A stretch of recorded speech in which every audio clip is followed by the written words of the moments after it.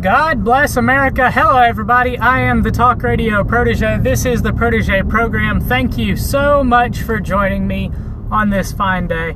I've got a few stories for you here today to make a couple of comments on. This might end up being a short video, but that just means you get to move on and enjoy the rest of your day. So let's get right into it.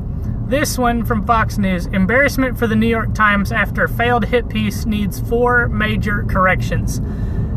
In a normal world, I would agree that having to issue 4 corrections on one story would be embarrassing. In a normal world, I would agree that having to issue a correction that is so long it fills up the screen of my phone would be embarrassing.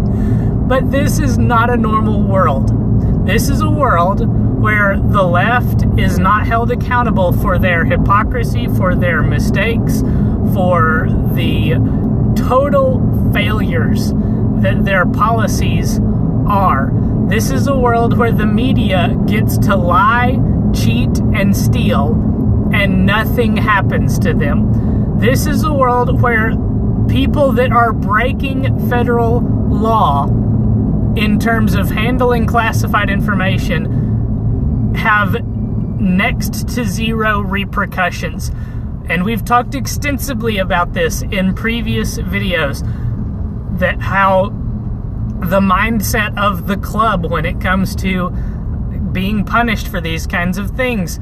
And it's going to take generations to undo that mindset. In my lifetime, I would be very surprised. Well, I mean, my lifetime still has a long ways to go, so maybe it wouldn't be that surprising. But certainly, the current generation of politicians needs to be totally replaced, and their appointees totally replaced, in order to see any real change when it comes to this kind of stuff and the embarrassment that should be wrought against these institutions for making the mistakes that they make. Speaking of these institutions and their mistakes, the Supreme Court today issued a ruling well, let's just get right into it. From the Patriot Post, headline: SCOTUS contracts mean what they say. And then they have this little graphic right here where you have Neil Gorsuch on the one hand, who says follow the law, and Ruth Ginsburg on the other saying rewrite the law. And this speaks to the mindset and the polarization between the two sides of the political spectrum at this point in our political commentary. We talked a little bit about this in Friday's video, the second video that was published on Friday, I should say, where the left sees departure from their established platform as unacceptable. Departure in any way is unacceptable. And their platform is totally at odds, is butting heads severely with each party's platform is butting heads to the degree that departure is unacceptable. That's what I meant to say. The Supreme Court handed down a decision on Monday stating that companies have the right to require workers to settle employment disputes through individual arbitration if their contracts stipulate it. And this is one of the big debates that's going on between the right and the left. And that is, do workers have the right to agree to terms of their employment that might not be in their best interests, or that might not be the best arrangement for them? Because as it stands right now, employees are not allowed to agree to working conditions that are not what the government has decided is the minimum standard. Think about this. That's why, or that's where the "they took our jobs" meme came from. It hasn't been a meme for a while, but I believe that it reached meme status. Things reach meme status when South Park makes fun of them. So the reason that Americans lost jobs to the reason that Americans lose jobs to undocumented illegal immigrants is because of the lack of paperwork that has to be filed with those immigrants, those illegals.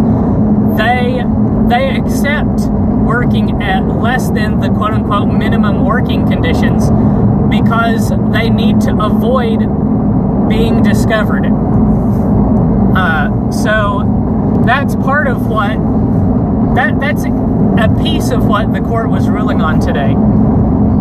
In Epic, employees were seeking to forego arbitration and form a class action case against their employer rather than follow the individual arbitration standard they agreed to upon accepting their jobs as outlined in the long-standing Federal Arbitration Act. In other words, the employees wished to throw out the rules because they had changed their minds. And this is kind of the thing that the left, the nanny state, wants to quote-unquote protect workers from. The left wants to protect you from being able to make the quote-unquote the wrong decision.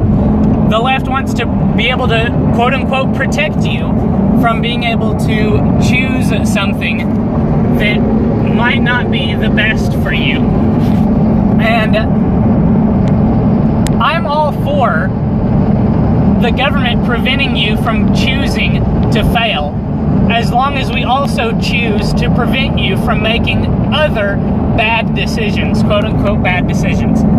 For instance, I'm all for a social safety net that's going to catch anybody that falls on hard times, as long as we also say you're not allowed to make decisions that tend to lead to you falling on hard times.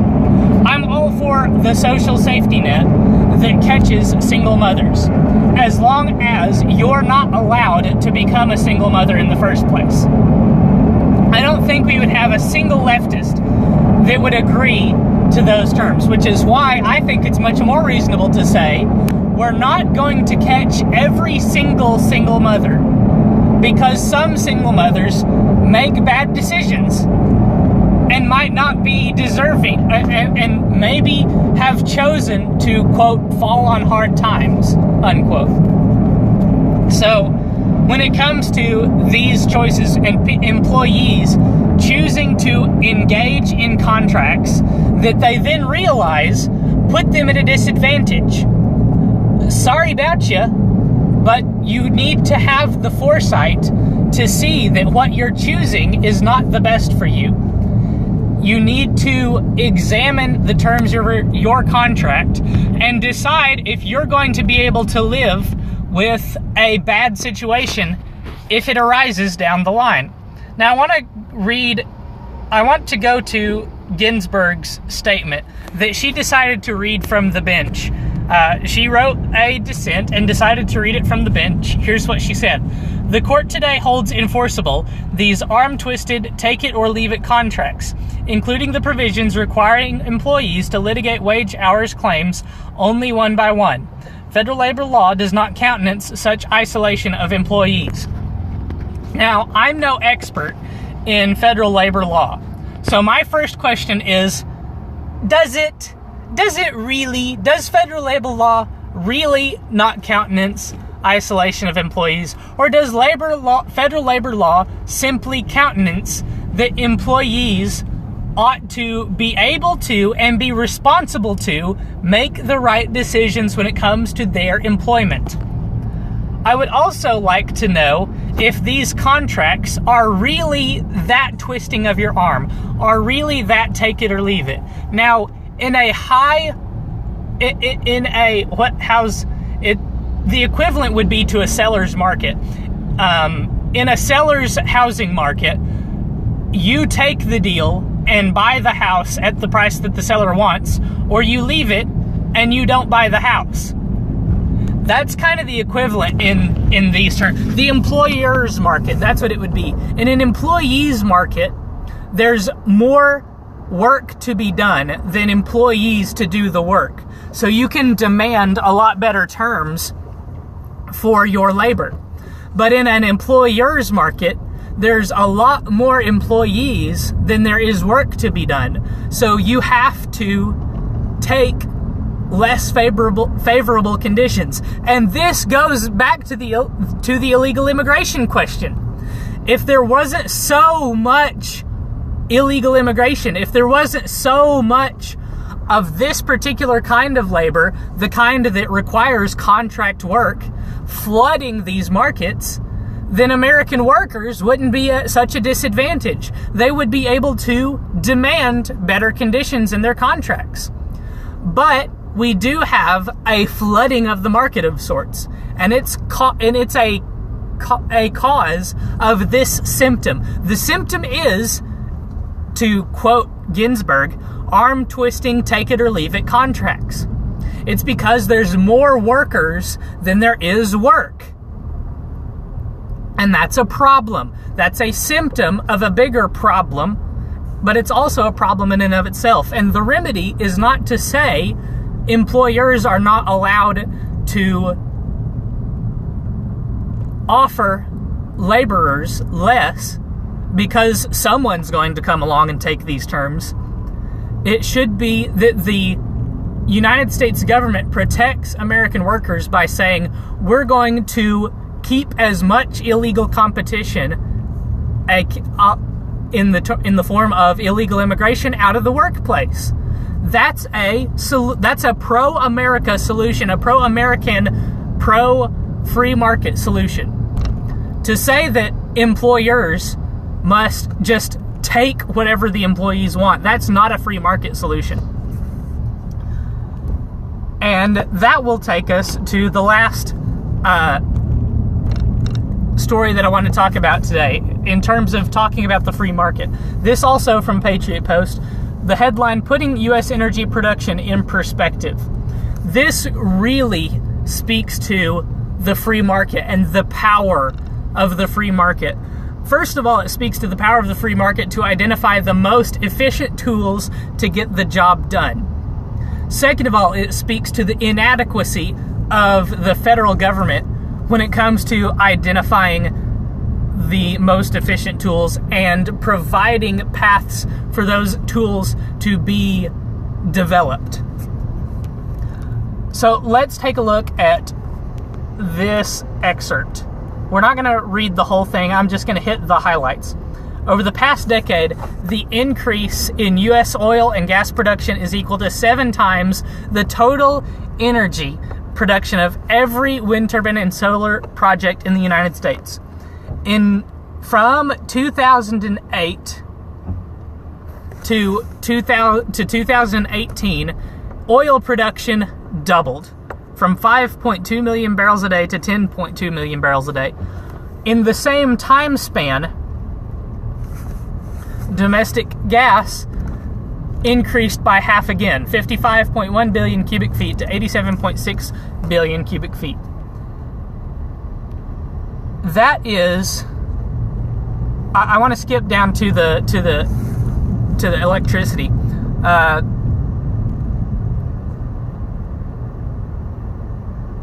Well, I guess we have to cover this. So, since 2008, also, now they're talking about percents here, so let's convert these to percentages. From 2008 to today, oil production has increased by 100%. Natural gas production has increased by about 50%. A little bit less. Oh, well, no, that wouldn't be right. 100% would be 55 billion cubic feet. So has increased by about 75%. On the other hand, solar and wind production has increased by 5,000 and 450%, respectively. That increase comes to a what would that be? 77 to 250. 77 is about 75, so doubling is about 150. Doubling again is about 300, so about 150% increase. No, that's not right, because we're looking at 77. So double it gets you to 150. Double it again gets you to 300, so times 3. 300%. Wind and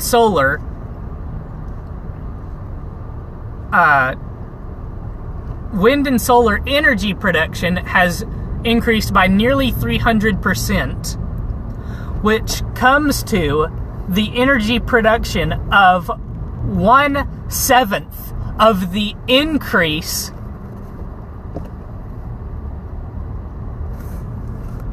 in oil production, in energy produced by oil production. That tells me that the free market has identified that oil produces the most energy, way more than solar and wind. And as such, we've identified that we need to produce more oil so that we can harness its energy powers, so that we can make the most use out of the energy that we have. This also tells me that despite the massive subsidies that went into wind and solar energy, that's why wind increased by 5,000% in production. Wind increased 5,000% production,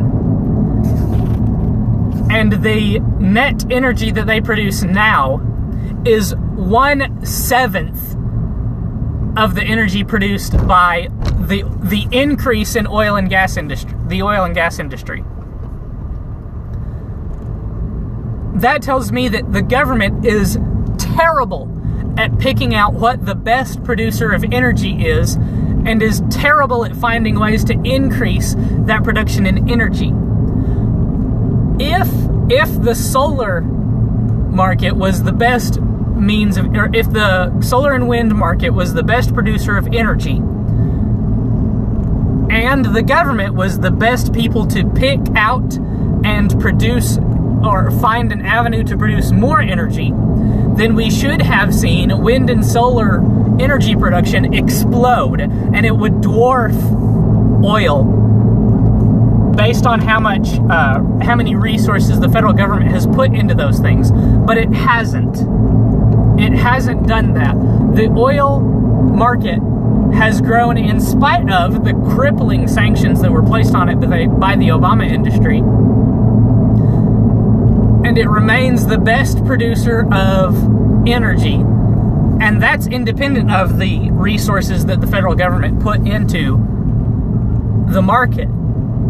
So this makes me think maybe the federal government should get out of the way when it comes to energy production. Let the free market find the best methods of producing energy and produce that energy.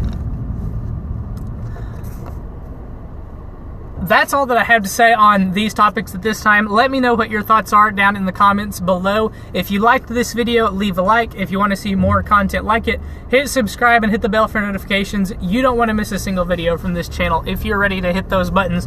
So check back every weekday in the evening time for a new report. Until next time, have a good night and God bless.